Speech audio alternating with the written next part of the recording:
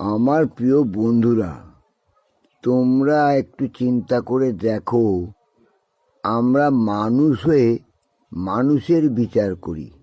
তার জন্য বিভিন্ন ব্যবস্থা আমরা করে রেখেছি এই পৃথিবীতে। কিন্তু একটু চিন্তা করে দেখেছো কি, যে ভগবান স্বয়ং ঈশ্বর তার বিচার ক্ষমতাটা কিভাবে কোথায় রেখেছে? তোমরা কি কেউ চিন্তা করেছো তিনি বিচার করেন কিভাবে?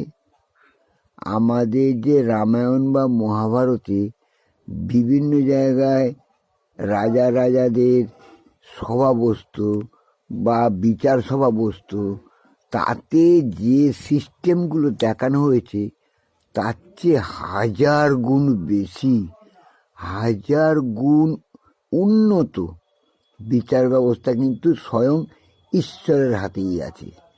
তার বিচার ক্ষমতা এতই সূক্ষ্ম যে প্রতিটা জিনিস তুমি মনে মনে কি করেছো, মনে মনে কি ভেবেছো, কি কাজ করেছো, কেন করেছো, কি কারণে করেছো, সমস্ত কিছু পুঙ্খানুপুঙ্খ বিচার করার পরে তার বিচারের রায় বেরোয়। সেই রায় এতই সাংঘাতিক, যদি তোমার ফরে সেই রায় থাকে তাহলে তুমি মোক্ষ লাভ করবে, অর্থাৎ তুমি উদ্ধার হয়ে যাবে। জীবনে তোমাকে আর এই কষ্টজাত জন্ম আর কোনো দিক থেকে প্রাণীকুলে হবে না। কিন্তু যদি তোমার ফরে সেই বিচার না যায় তাহলে তুমি গেলে হাজার হাজার বছর তোমাকে নরক যন্ত্রণা ভোগ করতে হবে। প্রতিটা মুহূর্ত তোমার মৃত্যুর সঙ্গে পাঞ্জা লড়তে হবে। তুমি মরতে চাইবে কিন্তু মরতে পারবে না।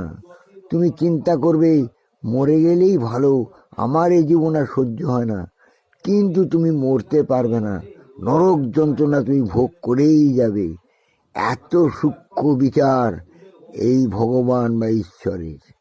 তোমরা যদি একটু মনে রাখতে তাহলে প্রত্যেকে তোমরা সৎ হতে, ভালো হতে এবং আমার এই ভিডিওগুলো দেখে তোমরা অনেক শিক্ষা অর্জন করে নিজের জীবন পথে এগিয়ে যেতে। আমার ইউটিউবটাকে সাবস্ক্রাইব করো, তোমরা অনেক কিছু জানতে পারবে। এক্ষুনি সাবস্ক্রাইব করো। আমার ইউটিউবের নাম শ্রী বিশ্বজিৎ ব্যানার্জি।